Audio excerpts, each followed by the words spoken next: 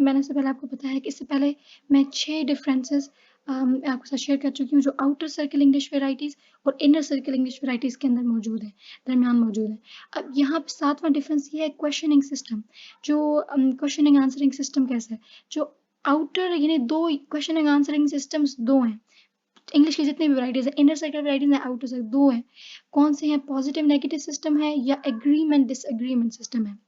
तो यहाँ पे 7वां डिफरेंस क्या है कि जो आउटर सर्कल इंग्लिश वेराइटीज़ हैं उनमें एग्रीमेंट डिसएग्रीमेंट सिस्टम यूज़ किया जाता है। ये मैंने दोनों हाईलाइट किए, एग्रीमेंट डिसएग्रीमेंट सिस्टम है या पॉजिटिव नेगेटिव सिस्टम है, ये 2 किस्म के सिस्टम्स हैं। अब यहाँ पे isn't he coming? No, he is not coming. ये पॉजिटिव नेगेटिव सिस्टम है और ये एग्रीमेंट डिसएग्रीमेंट सिस्टम है। Isn't he coming? Yes he is. अब ये जो एग्रीमेंट डिसएग्रीमेंट सिस्टम है ये यूज होता है आउटर सर्कल वैराइटीज में, positive negative inner circle varieties में यूज होता है। तो ये जो 4 डिफरेंस है ये आपके एमसीक्यू के लिए बहुत इंपॉर्टेंट है और आपको बहुत ज़्यादा हेल्पफुल रहेंगे। यहाँ पर आप देखें क्वेश्चनिंग आंसर सिस्टम में outer and expanding circle English follow the agreement disagreement system, वही चीज़। और अब इससे ये होता है कि एग्रीमेंट डिसएग्रीमेंट सिस्टम जो इसमें काफ़ी ज़्यादा इंटरप्रेट करने में आंसर को मुश्किल रहती है, बहुत ज़्यादा मुश्किल रहती है। कैसे रहती है? जैसे यही आपका सवाल है फॉर एग्जाम्पल कि isn't he coming? Yes he is. इसका अब हम क्या मतलब लें कि ये लें कि इजंट ही कमिंग, तो हम कहें हाँ वाकई वो ऐसे ही कर रहे हैं, यानी कि यस ही इज, यानी कि हाँ वो नहीं आ रहा, yes he is not coming. या हम ऐसे बोल रहे हैं कि यस ही इज, वो आ रहा है, हाँ वो आ रहा है, तो यस ही इज कमिंग। तो माशाल्लाह यहाँ पे इसको इंटरप्रेट करने में इसके आंसर को डिफिकल्टी रहती है एग्रीमेंट डिसएग्रीमेंट सिस्टम में।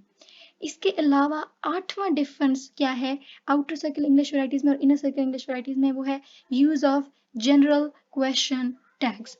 और क्वेश्चन टैग्स क्या हैं आप याद रखें। और यहाँ पे मैं आपको बताऊं कि जो चीज़ें मैंने हाईलाइट की आपको उनके अलावा आगे बेशक आप अगर आपको इस टाइम में तो डेप्थ में मत जाएं, जो मैं बोल रही हूँ उसी को गौर से सुने और जो चीज़ें मैंने हाईलाइट की हैं उन पर गौर करें।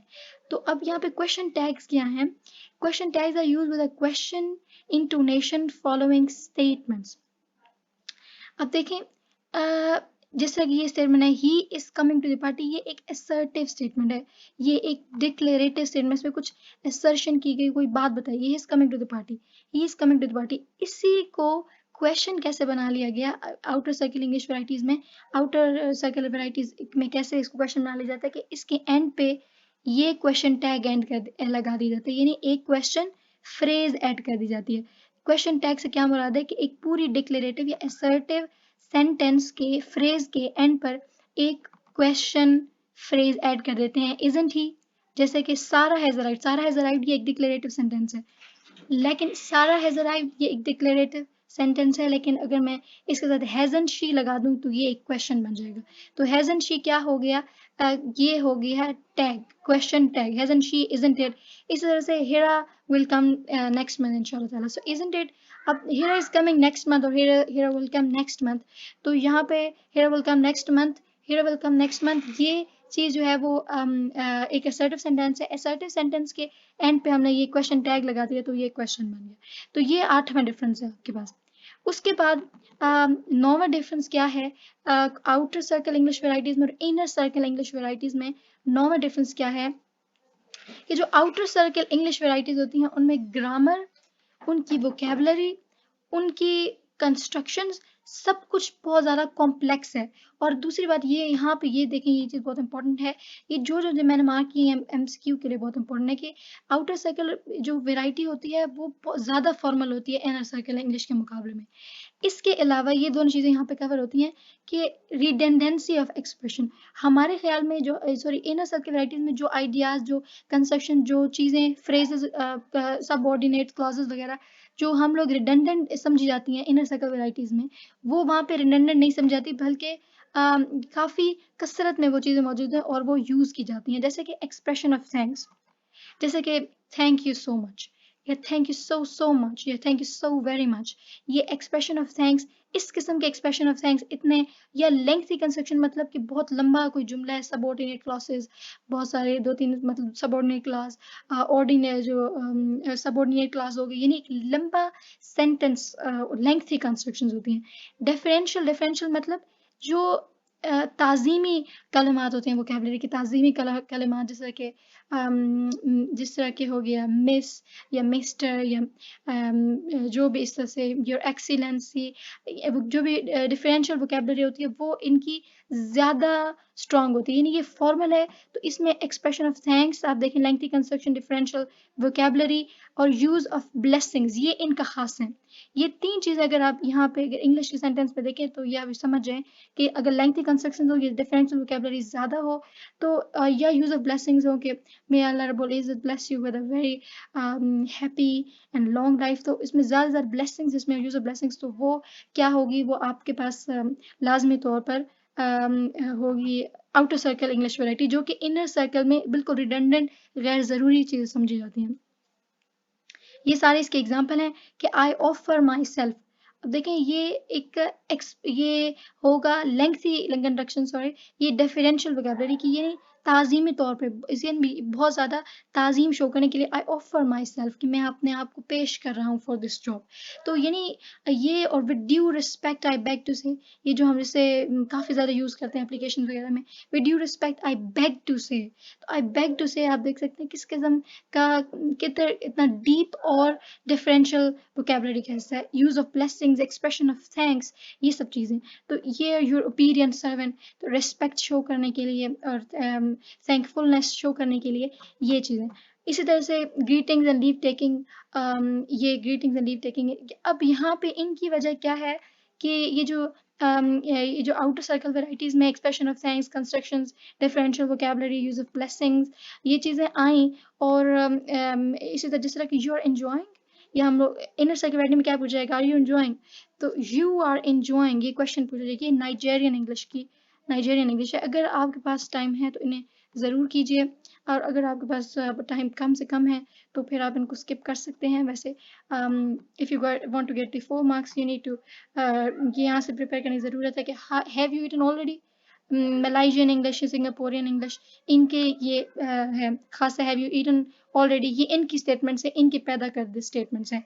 तो अच्छा, वजह क्या है कि इतना ज़्यादा ये जो ग्रीटिंग्स, लीव टेकिंग्स, या जो इतनी ज़्यादा डेप्थ मिलती है, ये जो डिफरेंशियल वोकैबुलरी, इसकी वजह क्या है? क्योंकि जो इंडिजिनस लैंग्वेजेस थी, इंडिजिनस लैंग्वेजेस को एज वर्बेटम ट्रांसलेट कर दिया, डायरेक्ट ट्रांसलेशन उनकी कीजिए, so how you are enjoying, इस तरह से, are you all right, how now, इस तरह से ये चीज़ें जो है, ये direct translation of indigenous languages, तो ये आपसे पूछा जा सकता है कि आउटर सर्कल वैराइटीज़ में जो हम ये देखते हैं कि ये बहुत डिफरेंशियल वोकैबुलरी है, बहुत लेंथी कंस्ट्रक्शन है, वजह क्या है? उसकी एक वजह क्या है कि direct translation from indigenous language, कि जो भी इंडिजिनस लैंग्वेज है, फॉर एग्जांपल कोई अफ्रीका की लैंग्वेज है, कोई और लैंग्वेज है, इंडिजिनस लैंग्वेज है, तो उसको डायरेक्ट इंग्लिश में ट्रांसलेट कर देना, उससे फिर ये पैदा होती है। और अल्हम्दुलिल्लाह, last and the final thing वो है डिस्कोर्स स्टाइल के, डिस्कोर्स स्टाइल को, फिर ये दोनों चीज़ें 9 और 10 में डिफरेंस है, ये डिस्कोर्स स्टाइल के बारे में। अब ये जो डिस्कोर्स स्टाइल है इसके बारे में इसमें हम ये देखेंगे, structure, information, textual organization, grammatical structure. इसका मतलब क्या है इन तीनों चीज़ों का, अगर आप देखें कि textual organization, structure of information, grammatical structure, ये तीनों चीज़ें मौजूद तो होती हैं किसी भी, यानी कि आउटर सर्कल इंग्लिश वैरायटी में भी ग्रामेटिकल स्ट्रक्चर तो है, स्ट्रक्चर ऑफ इंफॉर्मेशन तो है, टेक्सचुअल ऑर्गेनाइजेशन भी है, दोनों में है, आउटर सर्कल वैरायटीज में भी है, इंग्लिश में भी। तो यहाँ पे डिफरेंस किस चीज़ का है? डिफरेंस है ऑर्गेनाइजेशन का, डिफरेंस है कि आपके पास जो इन्फॉर्मेशन है आप उसे सेंटेंस में कैसे पुट करें, कि पहले कौन सी चीज़ रखें, बाद में कौन सी चीज़ें रखें, और कौन से ग्रामेटिकल स्ट्रक्चर्स यूज़ करें। अब यहाँ पर आप देखें, यहाँ पर डिफरेंस है फोकस और थीम का, यानी आप ऑर्गेनाइज किस तरह से करते हैं अपनी इंफॉर्मेशन को, स्ट्रक्चर में कैसे लगाते हैं उसको, उसकी ग्रामेटिकल स्ट्रक्चर किस किस्म का बनाते हैं, उसके ऑर्गेनाइजेशन कैसे करते हैं। तो different devices use for expressing focus and theme. यहाँ पे याद रखें डिफरेंस क्या हुआ, यहाँ पे 10 में डिफरेंस क्या है कि दोनों inter circle outer circle varieties में फोकस और थीम को एक्सप्रेस करने की डिवाइसेस डिफरेंट है।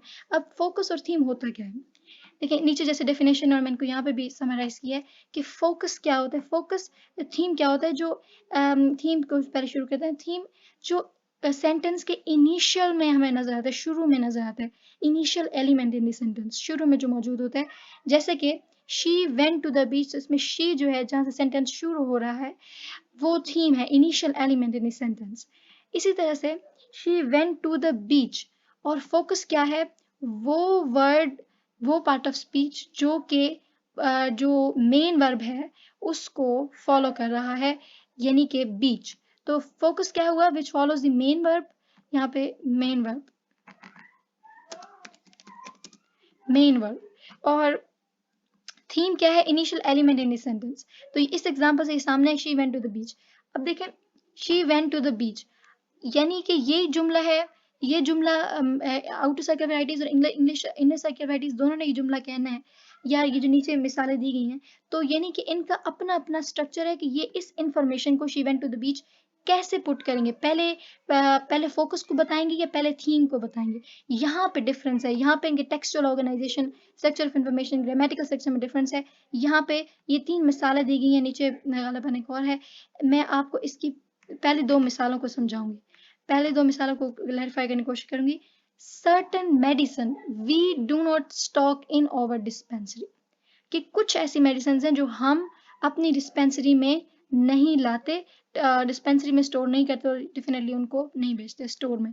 तो certain medicine we don't stock in our dispensary, हम नहीं जमा करते कुछ सर्टन मेडिसिन। तो वी, अब देखें वी क्या है, आपके पास वी थीम है, वी थीम है हमारे पास, initial element of the sentence है, तो इसलिए थीम है।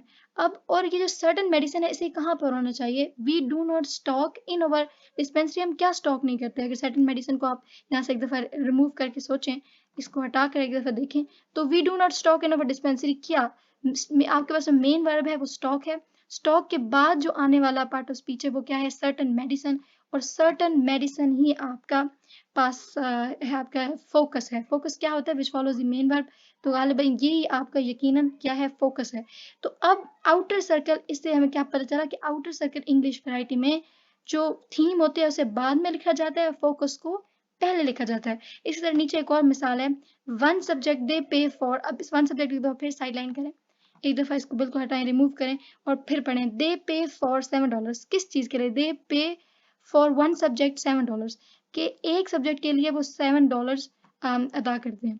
तो वन सब्जेक्ट यानी दे से ये सेंटेंस शुरू हो रहा है, दे आपकी क्या है, थीम है, और दे इज योर थीम। पे फॉर आपका मेन वर्ब है, मेन वर्ब के बाद क्या चीज आ रही है, अगर आप सेंटेंस पढ़ें तो वन सब्जेक्ट आता है। लेकिन इसी अलग बात है, आउटर सर्कल इंग्लिश वैरायटी में अब वन सब्जेक्ट यानी कि फोकस को शुरू में लिखा गया है। तो ये डिफरेंस है फोकस और थीम का, और ये 10वां डिफरेंस है फोकस और थीम का, कि आउटर सर्कल इंग्लिश वैरायटी में फोकस को पहले रखा जाता है, थीम को बाद में रखा जाता है। इनर सर्कल इंग्लिश वैरायटी में इनर सर्कल जो थीम होता है, थीम को शुरू में और फोकस को एंड पर रखा जाता है। तो ये था हमारा चैप्टर नंबर 16। मैं उम्मीद करती हूँ कि आपको ये समझ आया होगा इंशाल्लाह ताला। आप जो है वो तवज्जो से इसे सुना करें, and you need to be very much active, you need to be very much enthusiastic at the same time. आपके अंदर इल्म का शौक होना चाहिए, जो आप पढ़ें सिर्फ मार्क्स के लिए नहीं बल्कि इल्म के लिए पढ़ें, अपने दिमाग खोलने के लिए, अपने इल्म के में इजाफे के लिए। So I wish you very best of luck. Inshallah ta'ala, I will be there with my new video of the chapter number 17. Wassalamu alaikum.